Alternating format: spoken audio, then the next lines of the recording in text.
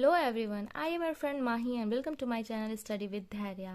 तो आज हम करने जा रहे हैं अपने स्पेक्ट्रम बुक का चैप्टर नंबर 12, जो कि है era of militant nationalism 1905 to 1909 तक। इसमें जो मेनली इंपॉर्टेंट जो टॉपिक है वो है पार्टीशन ऑफ बंगाल। ठीक है, तो हम लोग चलिए इसको करते हैं स्टार्ट। तो पार्टीशन ऑफ बंगाल को समझने से पहले हमें थोड़ा सा बैकग्राउंड समझना पड़ेगा कि आखिर उस टाइम इंडिया में चल क्या रहा था। तो इंडिया में लोग बहुत ज़्यादा जो निराश थे। क्यों निराश थे? तो बहुत सारे रीजन थे उसके। देखिए, पहला जो रीजन है वो है सीवियर फेमाइन। 1896 से लेके 1900 तक में 90 लाख से ज्यादा लोग जो मारे जा चुके थे सिर्फ फेमाइन की वजह से। दूसरा है कि साउथ इंडिया में बिबोनिक प्लेग फैला हुआ था जिससे बहुत सारे लोग प्रभावित थे। और इंडियन काउंसिल एक्ट 1892 का जो आया था उसने कांग्रेस की डिमांड को नहीं मानी थी, तो ये भी कहीं ना कहीं फेल था। इसकी वजह से भी लोग गुस्सा थे। नेक्स्ट रीजन है कि नाटू ब्रदर्स, तिलक और बहुत सारे जो नेता हैं उनको गिरफ्तार कर लिया गया था।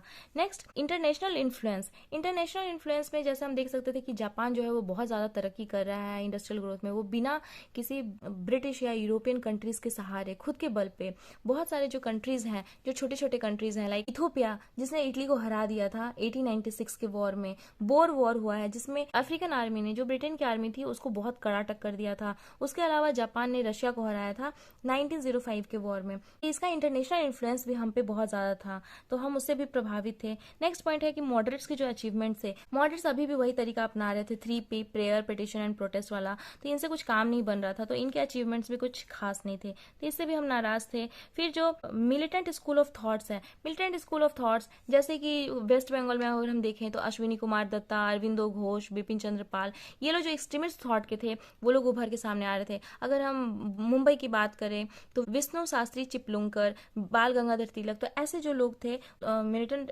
स्कूल ऑफ थॉट्स को फॉलो करते थे। ठीक है, और जो सबसे मोस्ट इंपॉर्टेंट आता है वो कर्जन की पॉलिसी आती है। कर्जन जो कि 1899 में इंडिया आते हैं और 1905 तक इंडिया में रहते हैं। इनकी जो पॉलिसी थी वो बिल्कुल भी इंडियन लोगों के सपोर्ट में नहीं थी। इवन कि इन्होंने कांग्रेस के बारे में कहा था कि ये एक ऐसी संस्था है कि लेटिंग ऑफ गैस, मतलब कि मन के उद्गार निकालने वाली सिर्फ संस्था है और कुछ भी नहीं है।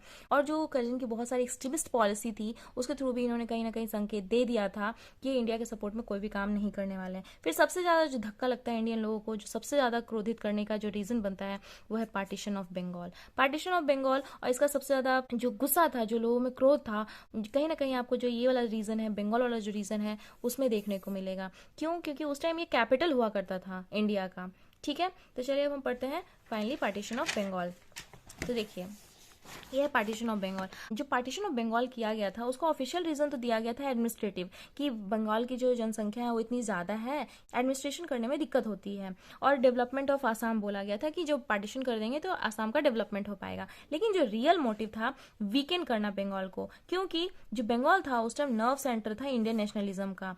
और ब्रिटेन की जो पॉलिसी थी डिवाइड एंड रूल वाली, वो कहीं ना कहीं इसके पीछे काम कर रही थी। क्योंकि इसे आप अच्छे से समझ सकते हैं, जो ये बंगाल वाला जो रीजन है ना, उसमें आज का बिहार, झारखंड, ओडिशा और थोड़ा सा छत्तीसगढ़ का रीजन आता है। इसको इन्होंने हिंदू मेजोरिटी, लगभग 77% जो लोग थे वो यहाँ पे हिंदू मेजोरिटी वाले थे।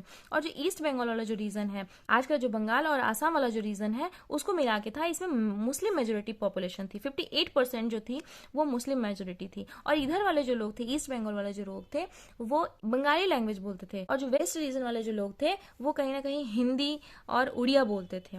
ठीक है, ईस्ट बंगाल का जो कैपिटल था वो ढाका रखा गया था और वेस्ट बंगाल का जो कैपिटल था वो कलकत्ता रखा गया था। तो इस तरह से इन्होंने डिवाइड किया था।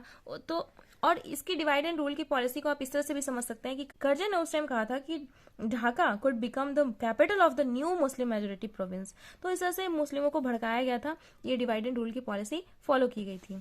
ठीक है, तो अब हम देखते हैं कि एग्जैक्टली हुआ क्या था।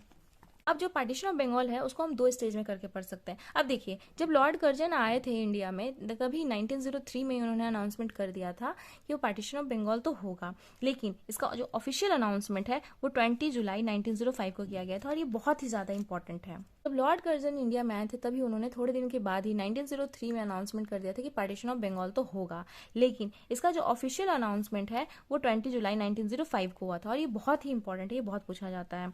उसके बाद इसका विरोध विरोध में 7 अगस्त 1905 को कलकत्ता टाउन हॉल में एक मैसिव प्रोटेस्ट हुआ था और स्वदेशी मूवमेंट को इन्होंने फाइनली डिक्लेयर कर दिया था और फॉरेन गुड्स को बाइकआउट करने का भी इन्होंने प्लान किया था। मैनचेस्टर के क्लोथ्स और लिवरपूल के सॉल्ट का भी विरोध करने का इन्होंने फैसला लिया था। सेकेंड स्टेज में अगर हम देखेंगे तो फाइनली पार्टीशन ऑफ बंगाल को फॉर्मली कर दिया जाता है 16 अक्टूबर 1905 को। ये डेट बहुत ही इंपॉर्टेंट है, इसको शोक दिवस के रूप में मनाया गया हम इंडियंस के द्वारा। ठीक है, उस दिन लोगों ने फास्ट रखे, गंगा में स्नान करके लोग पैदल चल के गए, एक दूसरे के हाथों में यूनिटी को दिखाने के लिए राखियां बांधी और वंदे मातरम के नारे लगाए गए थे। अब इस क्वेश्चन को ऐसे पूछा जाता है कि आंध्र प्रदेश में वंदे मातरम के नाम से किस आंदोलन को न जाना जाता है, तो पार्टीशन ऑफ बंगाल है। या ऐसे भी पूछते हैं कि आंध्र प्रदेश में पार्टीशन ऑफ बंगाल को किस नाम से जाना जाता है, तो वो है वंदे मातरम आंदोलन। ओके, इसी के विरोध में अमार सोनार बंगला जो है वो रविन्द्रनाथ टैगोर के द्वारा लिखा गया था। ये जो विरोध हम लोग कर रहे थे वो सिर्फ बंगाल तक ही सीमित नहीं था, एक्सट्रीमिस्ट इसको एक अलग लेवल तक पूरे इंडिया में ले गए थे। तो कहाँ कहाँ कौन कौन कर रहे थे ये थोड़ा देख लेते हैं। तो पूना और बॉम्बे में तिलक इसका विरोध कर रहे थे। पंजाब में लाला लाजपत राय एंड अजीत सिंह कर रहे थे। अजीत सिंह कौन है, तो भगत सिंह के चाचा हैं। ठीक है, और दिल्ली में सैयद हैदर रजा इसका विरोध कर रहे थे और मद्रास में चिदम्बरम पिल्लई इसका विरोध कर रहे थे। तो ये कंट्री के डिफरेंट पार्ट में ये लोग विरोध कर रहे थे और ये एक्सट्रीमिस्ट लोग थे। अब मॉडरेट का हम थोड़ा सा देख लेते हैं कि वो क्या कर रहे थे। तो वो अभी भी पिटिशन कर रहे थे, गवर्नमेंट को पिटिशन लिख रहे थे, पब्लिक मीटिंग कर रहे थे, मेमोरेंडम, प्रोपेगेंडा, ये सब कर रहे थे, पैम्पलेट और न्यूज़पेपर वगैरह बांट रहे थे। लेकिन इसमें जो मोस्ट 3 इंपॉर्टेंट है वो हम थोड़ा सा देख लेते हैं। पहला है हितवादी। हितवादी पृथ्वीश चंद्र के द्वारा लिखी गई है। संजीवनी कृष्ण कुमार मित्र के द्वारा लिखी गई है, इन्हीं को के मित्रा भी कहते हैं। अब इन्होंने इसी बुक में संजीवनी में पहली बार अनाउंस किया था हमें बाइकआउट करना चाहिए ब्रिटिश के गुड्स का। और बंगाली जो कि सुरेंद्रनाथ बनर्जी के द्वारा लिखी गई है, बहुत बहुत इंपॉर्टेंट है। बंगाली किसकी है, सुरेंद्रनाथ बनर्जी की। बंगाली किसकी है, सुरेंद्रनाथ बनर्जी की है। और सुरेंद्रनाथ बनर्जी ही होते हैं जो पार्टीशन ऑफ बंगाल को कहते हैं कि the partition announcement fell like a bombshell. ठीक है, जो पार्टीशन अनाउंसमेंट था वो हमारे पे बम की तरह गिरा। तो ये इनका जो डायलॉग है, ये क्वेश्चन पूछा जाता है, ये भी इंपॉर्टेंट है। इसके अलावा जो कांग्रेस के अलग अलग टाइम पे जो सेशन हो रहे थे उनको हम थोड़ा देख लेते हैं। देखिए, आईएनसी का जो 1905 का जो सेशन है वो बनारस में हुआ था। इसके प्रेसिडेंट थे गोपाल कृष्ण गोखले और इन्होंने कंडेम किया था पार्टीशन ऑफ बंगाल का और कर्जन की जो रिएक्शनरी पॉलिसी थी उसको। उसके बाद इन्होंने सपोर्ट किया था एंटी पार्टीशन और स्वदेशी मूवमेंट ऑफ बंगाल को। ठीक है, अब नेक्स्ट जो मीटिंग होती है आईएनसी की वो 1906 में कलकत्ता में होती है। इसके प्रेसिडेंट थे दादा भाई नौरोजी और उन्होंने आईएनसी के गोल को डिक्लेयर कर दिया कि सेल्फ गवर्नमेंट या स्वराज जिसे कहते हैं वो आईएनसी का जो गोल है। ठीक है, और ये जो स्वराज वर्ड है वो आईएनसी में पहली बार इसी टाइम मेंशन किया गया। लेकिन आपके लिए क्वेश्चन ये है कि स्वराज वर्ड को सबसे पहले किन्होंने यूज किया था, तो आप अपना आंसर मुझे कमेंट सेक्शन में बता सकते हैं। ठीक है, तो ये तो हमने मॉडरेट के मेथड देख लिए कि क्या क्या तरीका था। अब एक्सट्रीमिस्ट के थोड़ा देख लेते हैं। एक्सट्रीमिस्ट जो लीडर्स थे वो मेनली बाइकआउट कर रहे थे फॉरेन गुड्स का, बहुत ज्यादा बड़े स्तर पे कर रहे थे। मतलब कि फॉरेन गुड्स को बाइकआउट कर रहे थे, चाहे वो स्कूल हो, कॉलेज हो, गवर्नमेंट सर्विसेज है, कोर्ट हो, म्युनिसिपैलिटी हो, सभी चीजों का, टाइटल्स का, सब का विरोध कर रहे थे। यहीं पे अरविंदो घोष कहते हैं कि political freedom is a life worth of a nation. तो ये इंपॉर्टेंट स्टेटमेंट है अरविंदो घोष का। इसी टाइम में पार्टीशन ऑफ बंगाल के टाइम में दिया जाता है, ये पूछा जाता है। ये पब्लिक मीटिंग्स कर रहे थे। उसके बाद ये जो फेस्टिवल्स थे, ट्रेडिशनल फेस्टिवल और मेला का यूज कर रहे थे। इसी टाइम इंपॉर्टेंट है 1893 और 1895, ये देख लीजिए। 93 पहले गणपति उत्सव है और 95 में शिवाजी फेस्टिवल है। 93 है या 5, इसमें कंफ्यूजन नहीं होना है क्योंकि गणपति जी की पूजा ना पहले होती है। तो 93 में गणपति उत्सव है, 95 में शिवाजी उत्सव है। तो बाल गंगाधर तिलक के द्वारा इस फेस्टिवल का यूज किया गया था लोगों को जागरूक करने के लिए। उसके बाद सेल्फ रिलायंस, उस पर वो लोग स्ट्रेस दे रहे थे। उसके बाद बहुत सारी ऐसी समितियां बनाई गई थी हमारे द्वारा, जिसमें पहले मोस्ट इंपॉर्टेंट है, जिसमें सबसे मोस्ट इंपॉर्टेंट है स्वदेशी बांधो समिति। या अश्विन कुमार दत्ता जो बंगाल में है, तो अश्विनी कुमार दत्ता जो है वो बारीसाल जो कि बांग्लादेश में आता है, उसमें इन्होंने स्वदेशी बांधो समिति की स्थापना की थी। फिर है स्वदेशी संगम, वीओ चिदम्बरम पिल्लई और सुब्रमण्यम शिवा ने तमिलनाडु तिरुनेलवेली में स्वदेशी संगम की स्थापना की थी। ठीक है, तो स्वदेशी बंधो समिति ये ज्यादा इंपॉर्टेंट है, बारिशाल में है अश्विन कुमार दत्ता के द्वारा। अब उसके अलावा जो एक्सट्रीमिस्ट हैं, इनकी कुछ नेशनल एजुकेशन पॉलिसी भी थी स्वदेशी जो थी, क्योंकि आप फॉरेन के जो स्कूल है, कॉलेजेस हैं, उनको बाइकआउट करने कह रहे हैं, तो उनके पास कुछ तो अपना ऑप्शन होना चाहिए ना। तो इस टाइम उन्होंने बंगाल नेशनल कॉलेज की स्टैब्लिशमेंट की थी, जिनके प्रिंसिपल थे अरविंदो घोष, और ये इंस्पायर्ड थी रविन्द्रनाथ टैगोर के शांति निकेतन से। शांति निकेतन जो है रविन्द्रनाथ टैगोर का, उससे इंस्पायर्ड थी बंगाल नेशनल कॉलेज। ठीक है, जिसके प्रिंसिपल थे अरविंदो घोष। ठीक है, नेक्स्ट है नेशनल काउंसिल ऑफ एजुकेशन, जिसको एस्टैब्लिश किया गया था 15 अगस्त 1906 को। 15 अगस्त तो हमारे देश का आज़ादी का है ही टाइम, तो 1906 बस याद रख लेना है। ठीक है, और बंगाल इंस्टीट्यूट ऑफ टेक्नोलॉजी बनाई गई थी टेक्निकल एजुकेशन प्रोवाइड करने के लिए। ठीक है, नेक्स्ट है स्वदेशी और इंडिजीनियस इंटरप्राइजेस। स्वदेशी स्टीम नेविगेशन कंपनी को एस्टैब्लिश किया गया था तुतीकोरिन में वीओ चिदम्बरम पिल्लई के द्वारा। ठीक है, और भी बहुत सारी कंपनियां बनाई गई थी, जैसे कि टेक्सटाइल मिल, सोप, बैंक वगैरह खोले गए थे, इंश्योरेंस कंपनी वगैरह खोली गई थी, स्वदेशी सब। ठीक है, तो ये एक इंपॉर्टेंट है, Swadeshi steam navigation company VO Chidambaram Pillai के द्वारा। तो यहीं पे अमार सोनार बंगला लिखा गया था रविन्द्रनाथ टैगोर के द्वारा।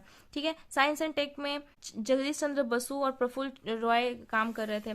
तो इस तरह से ये था एक्सट्रीमिस्ट जो लीडर्स थे उनका जो तरीका था इसका विरोध करने का, पार्टीशन ऑफ बंगाल का।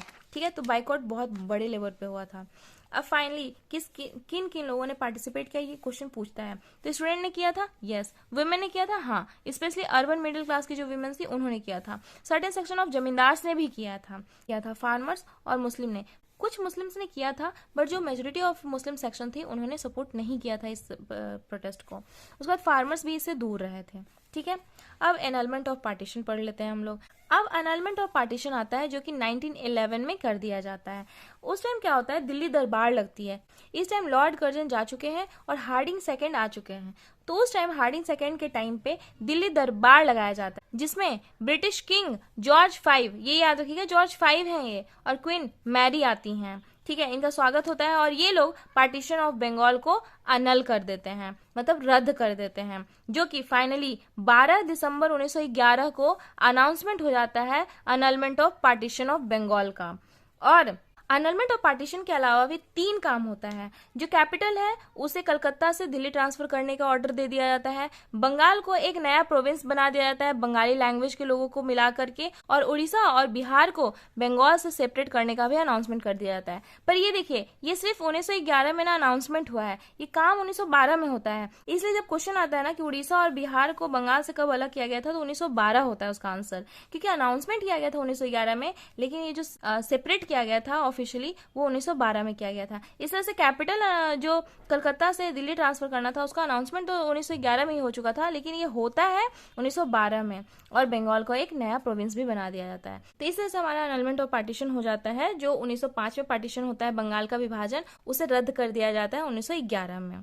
ठीक है, अब नेक्स्ट जो टॉपिक है वो सूरत का स्प्लिट हम पढ़ेंगे, लेकिन सूरत ऑफ स्प्लिट को हम किसी और वीडियो में पढ़ेंगे, क्योंकि फिर ये वीडियो बहुत ज्यादा बड़ा हो जाएगा। ठीक है, तो थैंक यू फ्रेंड्स।